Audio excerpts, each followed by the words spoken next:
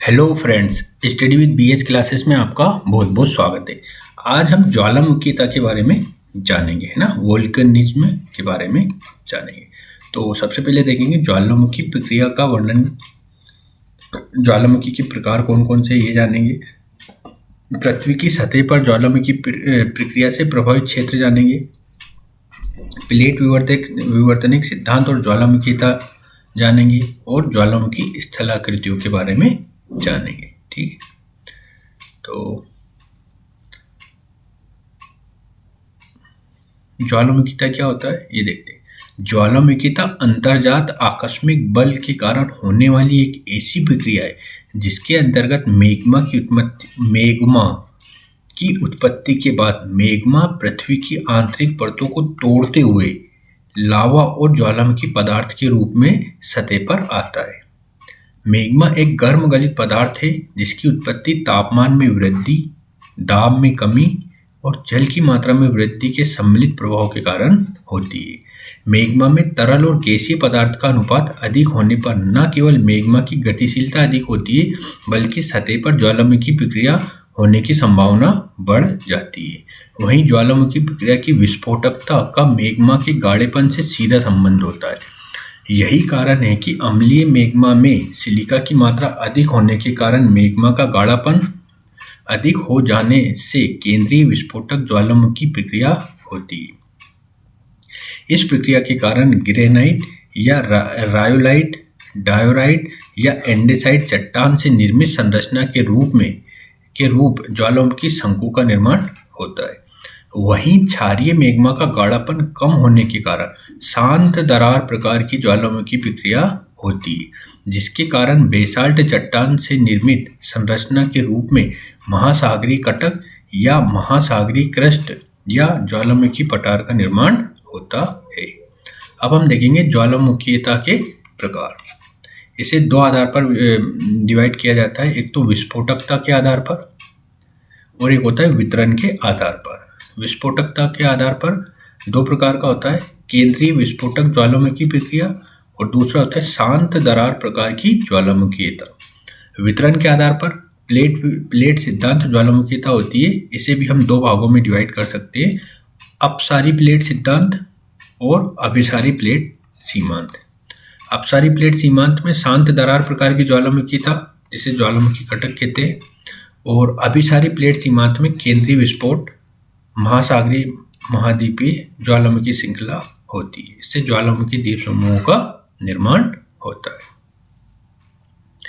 ठीक है, पृथ्वी की सतह पर ज्वालामुखी प्रक्रिया से प्रभावित क्षेत्रों के वितरण मानचित्र के अध्ययन से यह स्पष्ट होता है कि अधिकांश क्षेत्रों का संबंध प्लेट सीमांत से है। इसलिए प्लेट विवर्तनिक सिद्धांत के द्वारा पृथ्वी की सतह पर होने वाली ज्वालामुखी प्रक्रिया का वर्णन किया जा सकता है।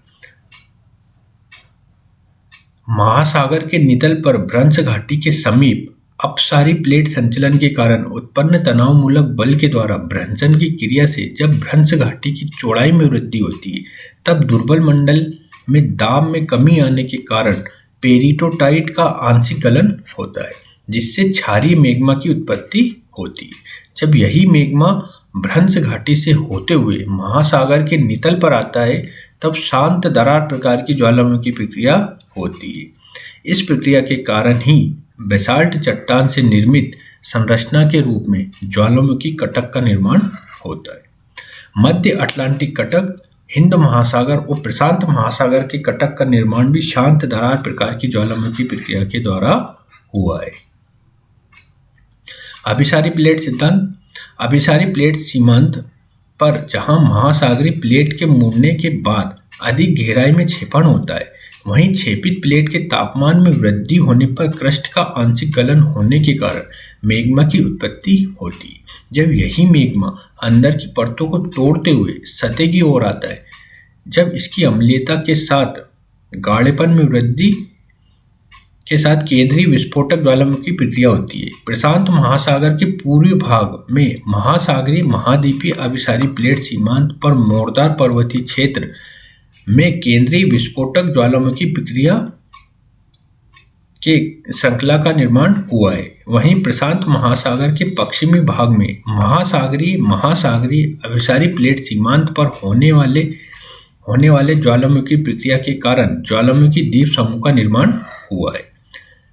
जापान, फिलीपींस और इंडोनेशियाई द्वीप समूह की उत्पत्ति का संबंध महासागरीय अभिसारी प्लेट सीमांत पर होने वाली ज्वालामुखी प्रक्रिया से है।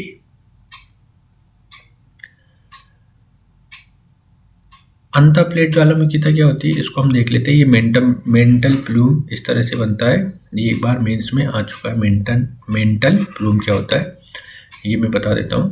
प्लेट सीमांत से दूर होने वाली अंतः प्लेट ज्वालामुखी प्रक्रिया का संबंध मेंटल के तप्त स्थल से है, जहाँ मेंटल में रेडियो सक्रिय तत्वों के विघटन के कारण तापमान में वृद्धि होने पर गर्म गलित पदार्थ के रूप में मैग्मा की उत्पत्ति होती है।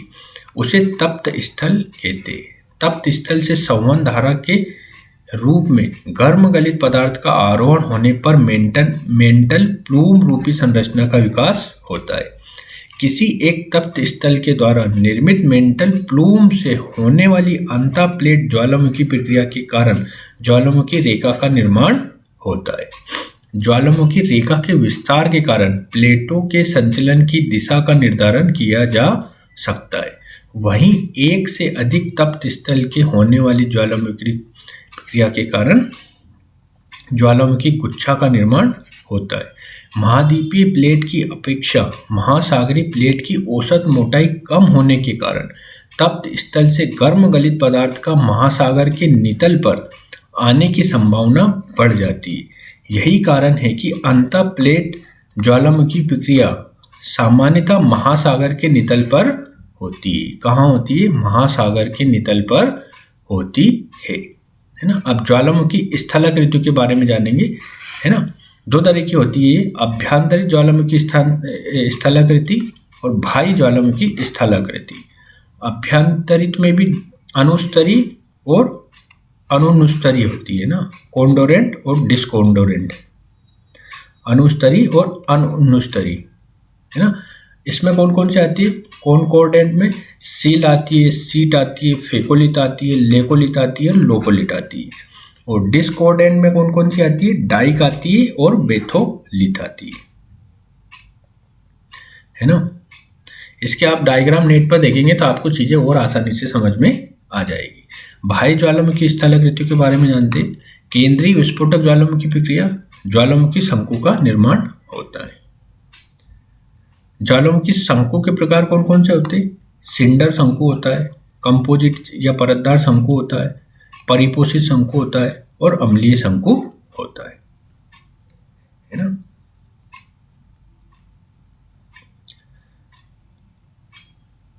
ठीक है, ये जैसे ज्वालामुखी है तो ये ऊपर जो बन जाता है ना एक हल्का सा, तो इसे क्रेटर कहते हैं। क्रेटर का जो वृहत रूप होता है उसे कोल्डेरा कहते हैं। ये चीज क्या कहलाती है? ज्वालामुखी नलिका कहलाती है। केंद्रीय विस्फोटक ज्वालामुखी प्रक्रिया के समय जब लावा और ज्वालामुखी पदार्थ का निष्कासन लगभग समान अनुपात में होता है, तब ऐसी स्थिति में लावा और ज्वालामुखी पदार्थ का परतों में निक्षेपण के कारण परतदार शंकु का निर्माण होता है। इसे कंपोजिट शंकु भी कहते हैं। क्योंकि लावा ज्वालामुखी पदार्थ को संगठित करने का कार्य करता है, इसलिए कंपोजिट शंकु सभी प्रकार के शंकुओं में सबसे ऊंचा शंकु होता है। इस शंकु के आधार पर छिद्र रूपी संरचना को वेंट कहते हैं, जहां से ज्वालामुखी पदार्थ और लावा का सतह पर निष्कासन होता है। ज्वालामुखी नलिका वेंट को ज्वालामुखी शंकु के शीर्ष से जोड़ता है। ज्वालामुखी शंकु के शीर्ष पर निर्मित गर्त रूपी बेसिन को क्रेटर कहते हैं। और ये मैंने बताया था, क्रेटर का जो वृहत रूप होता है उसे कोल्डेरा कहते हैं। ठीक है, ये परिपोषित शंकु है। कंपोजिट शंकु की मुख्य नलिका में जब खिंचाव या तनाव के कारण कई उपनलिकाओं का निर्माण हो जाता है, तब इन्हीं उपनलिकाओं के द्वारा होने वाली ज्वालामुखी प्रक्रिया से निर्मित शंकु को परिपोषित शंकु कहते हैं, है ना। ये सब प्लेडोम, ये कुमिलोडोम का उदाहरण है ना, ये थैलोइड का एक उदाहरण है। अब पर्वत जो विस्फोटकता के आधार पर पर्वत निर्माण है ना, volcanic types, Vesuvian types, Stromboli type, Hawaii type, है ना, मतलब ये ज्वालामुखी पर्वत बन जाते ना, उनके बारे में बताया गया है।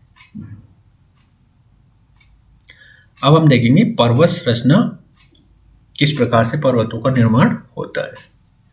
इसके अंतर्गत देखेंगे पर्वत किसे कहते हैं, पर्वत के प्रकार कौन कौन से थे, पर्वत रचना की प्रक्रिया का क्या होता है, पर्वत निर्माण की प्रक्रिया का वर्णन प्लेट विवर्तनिक सिद्धांत द्वारा कैसे करते हैं, और उदाहरण विश्व के अधिकांश मोड़दार पर्वतों की उत्पत्ति महाद्वीपों के सीमांत पर क्यों होती है, ये हम जानेंगे।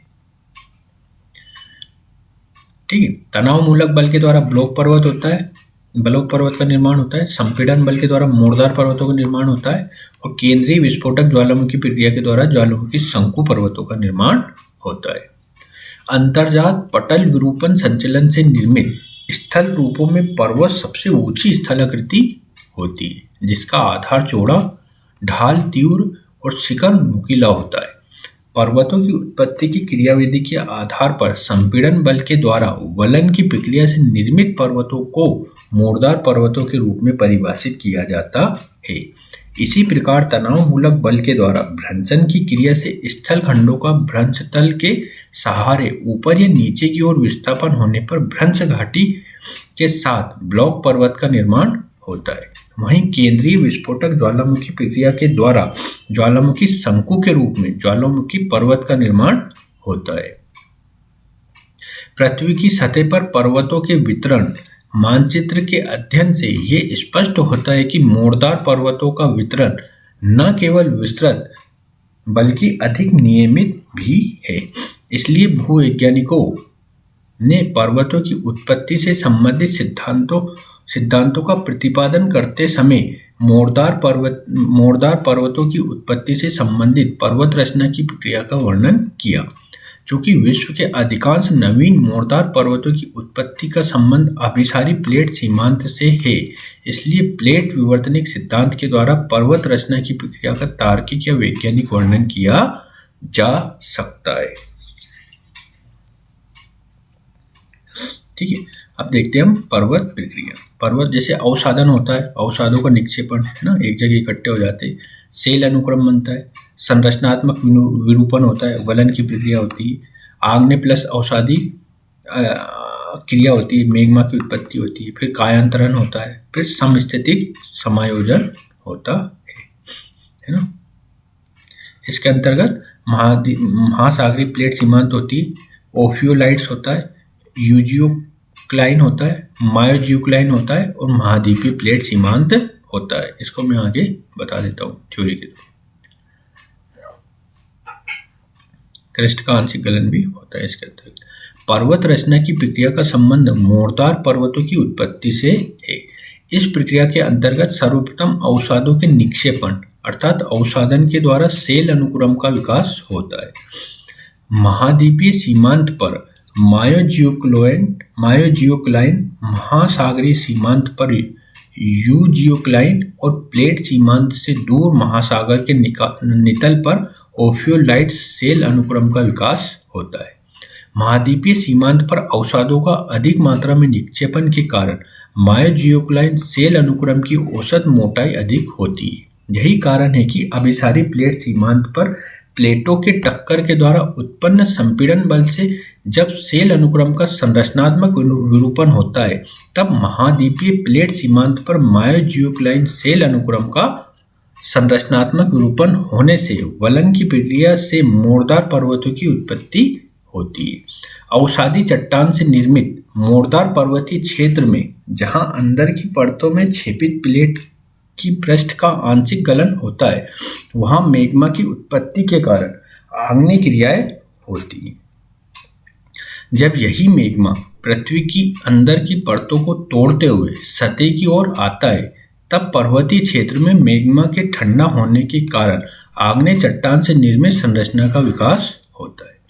प्लेटों के टक्कर के कारण दाब में होने वाली वृद्धि से मैग्मा से संपर्क में आने के कारण तापमान में वृद्धि से मोड़दार पर्वतीय क्षेत्र में चट्टानी संरचना का कायांतरण भी होता है। यही कारण है कि अवसादी चट्टान से निर्मित मोरदार पर्वतीय क्षेत्र में आग्नेय तथा कायांतरित संरचना का भी विकास होता है। जब कभी भी बाह्य कारकों के प्रभाव से असंतुलन की स्थिति उत्पन्न होती है, तब समस्थैतिक संचलन या समायोजन के कारण पर्वत पुनः संतुलन की स्थिति को प्राप्त करते हैं।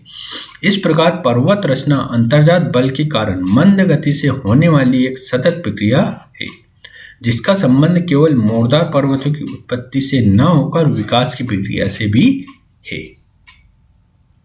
अब हम जानेंगे सुनामी, है ना। इसका अर्थ जानेंगे, इसके आने का क्या कारण होता है। इसका मूल कारण वैसे भूकंप होता है ना। तो भूकंप किस तरह से आता है वो भी हम थोड़ा देखेंगे। सुनामी एक जापानी शब्द है जिसका तात्पर्य बंदरगाहों की ओर आने वाली समुद्री तरंगों से है। तटों की ओर आने वाली सभी तरंगों को सुनामी नहीं कहते, क्योंकि इसकी उत्पत्ति का मूल कारण भूकंप है। भूकंप से प्रभावित सभी क्षेत्र सुनामी की दृष्टि से संवेदनशील नहीं होते। जैसे कि तट से दूर महासागर के नितल पर भ्रंश घाटी के समीप अपसारी प्लेट संचलन के कारण आने वाले भूकंप से सुनामी रूपी तरंग के उत्पन्न होने की संभावना कम होती है। इसी प्रकार महाद्वीपीय अभिसारी प्लेट सीमांत के मोरदार पर्वतीय क्षेत्र में भूकंप के आने पर सुनामी की उत्पत्ति नहीं होती है। वहीं प्रशांत महासागर के पूर्वी भाग में महासागरीय महाद्वीपीय अभिसारी प्लेट सीमांत पर तटीय क्षेत्र में भूकंप के आने से सुनामी रूपी तरंग की उत्पत्ति हो सकती है। प्रशांत महासागर के पश्चिमी भाग में महासागरीय अभिसारी प्लेट सीमांत पर ज्वालामुखी द्वीप समूह के समीप भूकंप के आने पर सुनामी रूपी तरंग की उत्पन्न होने की संभावनाएं बढ़ जाती है। यही कारण है कि जापान, फिलीपींस और इंडोनेशियाई द्वीप समूह सुनामी के प्रभाव की दृष्टि से विश्व के सर्वाधिक संवेदनशील क्षेत्र के अंतर्गत आते हैं। यहाँ तक कि तट के समीप समानांतर प्लेट सीमांत या लघु प्लेट सीमांतों पर प्लेटों के संचलन के कारण भूकंप के आने पर भी सुनामी की उत्पत्ति हो सकती है। चूंकि ज्वालामुखी प्रक्रिया से प्रभावित क्षेत्र भी भूकंप की उत्पत्ति की दृष्टि से संवेदनशील होते हैं, इसलिए तट के समीप अंतः प्लेट ज्वालामुखी प्रक्रिया से प्रभावित क्षेत्र में भी सुनामी की उत्पत्ति हो सकती है। अब हम देखेंगे जियोलॉजिकल टाइम स्केल, है ना। इसे भूगर्भिक समय मापक्रम भी कहते हैं। तो ये 4 भागों में देखो, सबसे ज्यादा 4 भागों में रहता है क्रोन, ईरा, पेरिड और इपोह। ठीक है। क्रोन को कैसे जैविक घटकों की उत्पत्ति के आधार पर अजोइक और फेनोरोजोइक में डिवाइड किया जाता है ना। अजोइक जहां पर विदाउट लाइफ होता है, इसे प्री कैम्ब्रियन, आगे जाके प्री कैम्ब्रियन में डिवाइड किया जाता है। फेनोरोजोइक को 3 भागों में डिवाइड किया जाता है, पेलियोजोइक, मेसियोजोइक और सेनोजोइक। ठीक है। पेलियोजोइक को निम्न भागों में विभाजित किया जाता है, कैम्ब्रियन, ओर्डिशियन, सिल्यूरियन, डिवोनियन, कार्बोनिफेरस और पर्मियन। ठीक है, इनमें डिवाइड किया जाता है। मेसोजोइक को किस किस में डिवाइड किया जाता है? मेसोजोइक को 3 भागों में डिवाइड किया जाता है। देखो, मेसोजोइक को ट्रायसिक, जुरासिक और क्रिटेशियस, इनमें डिवाइड किया जाता है। और सेनोजोइक को किन भागों में डिवाइड किया जाता है? इसे डिवाइड किया जाता है टर्सरी और क्वाटरनरी में, है ना। टर्सरी को भी हम निम्न भागों में विभाजित कर सकते हैं, पेलियोसीन, एडोसीन, ओलिगोसीन, मिलोसीन और प्लियोसीन और प्लिस्टोसीन, है ना। इसमें डिवाइड कर सकते हैं। क्वाटरनरी को भी हम आगे फर्दर डिवाइड कर सकते हैं। ये टर्सरी था, क्वाटरनरी को आगे डिवाइड कर सकते हैं, वो आता है होलोसीन का क्रम आता है। तो ये जियोलॉजिकल टाइम स्केल। पर्वतों की उत्पत्ति के समय अवधि के आधार पर भी वर्गीकरण होता है। ये 4 तरीके से होता है, प्री कैम्ब्रियन, पेलियोजोइक, मेसोजोइक और सेनोजोइक। प्री कैम्ब्रियन क्या होता है? इस युग से निर्मित प्राचीनतम पर्वतों को आर्कियन पर्वत कहते हैं। पेलियोजोइक में निर्मित प्राचीन पर्वतों को कैलियोडोनियन पर्वत कहते हैं। मेसोजोइक, ये मध्ययुगीन पर्वतों को हर्क्यूअन पर्वत कहते हैं। और सेनोजोइक, नवीनतम मोरदार पर्वतों को अल्पाइन कहते हैं। ठीक है। कोल्डिरेला क्या होता है? विभिन्न काल या युग विभिन्न प्रक्रियाओं द्वारा निर्मित पर्वतों के समूह को कोर्डिलेरा कहते हैं। क्या बोलते हैं? कोर्डिलेरा। अब हम देखेंगे महाद्वीपीय विस्थापन सिद्धांत। ये किसने दिया था? ये ऋतु वैज्ञानिक अल्फ्रेड वेगनर ने दिया था। किसने दिया था? अल्फ्रेड वेगनर ने। ठीक है। अब क्या है? पृथ्वी की सतह पर अतीत में हुए जलवायु परिवर्तन का अध्ययन किया था इसने। ठीक है। पहले क्या था? पृथ्वी पूरी एक चिपकी हुई एक इस तरह से पृथ्वी थी। ठीक, पूरा। फिर इसने अध्ययन करा, इसने बताया कि कैसे अफ्रीका अलग हुआ, कैसे नॉर्थ अमेरिका साउथ अमेरिका अलग हुए, एशिया ऑस्ट्रेलिया कैसे अलग हुए, ये सब इसने बताया। और पहले हिमालय के पहले थेटिस सागर उपस्थित था, है ना। पेंजिया का निर्माण कैसे हुआ, पिथालांसा क्या था, इस तरह से गोंडवाना लेन के बारे में इसने बताया, है ना। कार्बोनिफेरस युग तक पेंजिया के रूप में जुड़े हुए थे, है ना, ये इसने बताया। चंद्रमा के आकर्षण बल को प्लस पृथ्वी के गुरुत्वाकर्षण बल के कारण पेंजिया का विखंडन हुआ। ठीक है ना। पेंथालासा प्रशांत महासागर, है ना।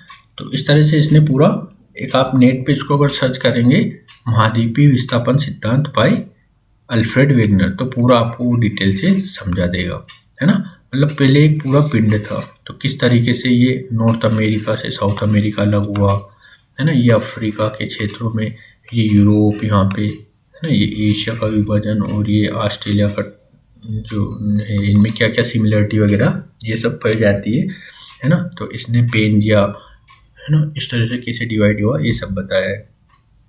सिद्धांत के समर्थन में कुछ बताया इसने, साक्ष्य कि किस तरह से उसने अपने मत रखे, है ना। महाद्वीपों को आपस में जुड़ा हुए, जैसे उत्तरी अमेरिका और दक्षिणी अमेरिका में जुड़ा हुए। संरचनात्मक और स्थलीय प्रमाण दिए उसने, है ना। जहाँ पे जो भी पशु पक्षी पाए जाते हैं इनसे इनकी सिमिलरिटीज मिलती है। इस तरह से तट के किनारे भ्रंश तल का निर्माण, है ना। महाद्वीपों के विखंडन की प्रक्रिया, महाद्वीपों को अगर जोड़ेंगे तो ऐसे किसी जाके जुड़ जाएंगे, इस तरीके से। जीवाश्मी प्रमाण बताए, है ना। पूरा जल वायविक प्रमाण बताया इसने। इस तरीके से इसने पूरा अपने मत रखे, है ना। और जीवों को भी बताया, है ना, जैसे रेप्टाइल, लेमिंग, नार्वे स्वीडन में पाए जाते हैं। ग्लोस्पिरिंग मेसोसोरस जीवाश्मों को ब्राजील, साउथ अफ्रीका प्रायद्वीपीय, है ना, भारत, ऑस्ट्रेलिया में भी पाए जाते हैं, है ना। तो इससे सिद्ध होता है कि वहां पे भी जुड़े हुए थे।